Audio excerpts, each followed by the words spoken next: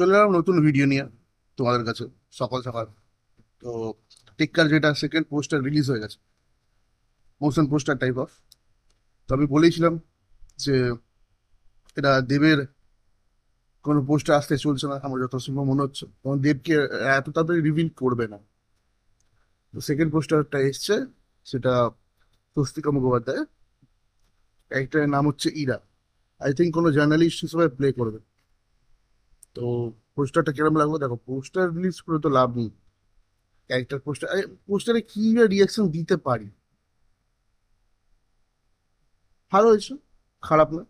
তবে যতদিন না ট্রেলারটা আসছে, আই থিঙ্ক, আর ট্রেলার কবে আনবে আমি দেব এন্টারটেনমেন্ট ভেঞ্চার্স আমি বুঝতে পারছি না, কারণ হয়ে গেল আজকে সেপ্টেম্বরে প্রায়, মানে পুজো আর কদিন বাকি। এরপরেও যদি এরকম ভাবে এত লেট করে, বহুরূপী টিজার চলে এলো, এখন জানি না কবে টিজার বা ট্রেলার আসবে। ওয়েট করে আছি, দেখা যাক। তো পোস্টারটা কেমন লাগলো? ভালোই লেগেছে। আমি যতটা শুনেছিলাম স্বস্তিকার, যেটা আগে বললাম, স্বস্তিকার ক্যারেক্টারটা একজন জার্নালিস্ট প্লে করবে।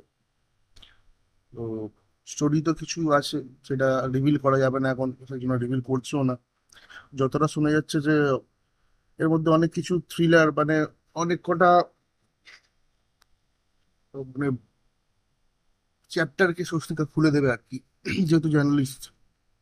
তো সেই ক্ষেত্রে ওয়েট করে আছি টিজারের জন্য। এরপরে নিশ্চয়ই দেবের পোস্টার আসবে, গ্যারেন্টি।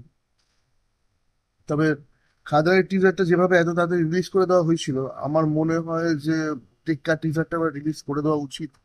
আর অনেকটাই লেট হয়ে যাচ্ছে, পুজোর বেশি দিন বাকি নেই, রিলিজের বেশি দিন বাকি নেই। আই থিঙ্ক 8ই অক্টোবরে রিলিজ হবে। তো তার আগে যতটা সম্ভব তাড়াতাড়ি রিলিজ করে দেওয়া উচিত। তো পুজো তো চলেই এলো ভাই, কিন্তু তোমার বিচার এখনো পেলো না। চলছে, দেখা যাক কি হয়। তো চলো, এটুকু থাক আজকের জন্য। খুব শীঘ্রই দেখা হচ্ছে। টাটা।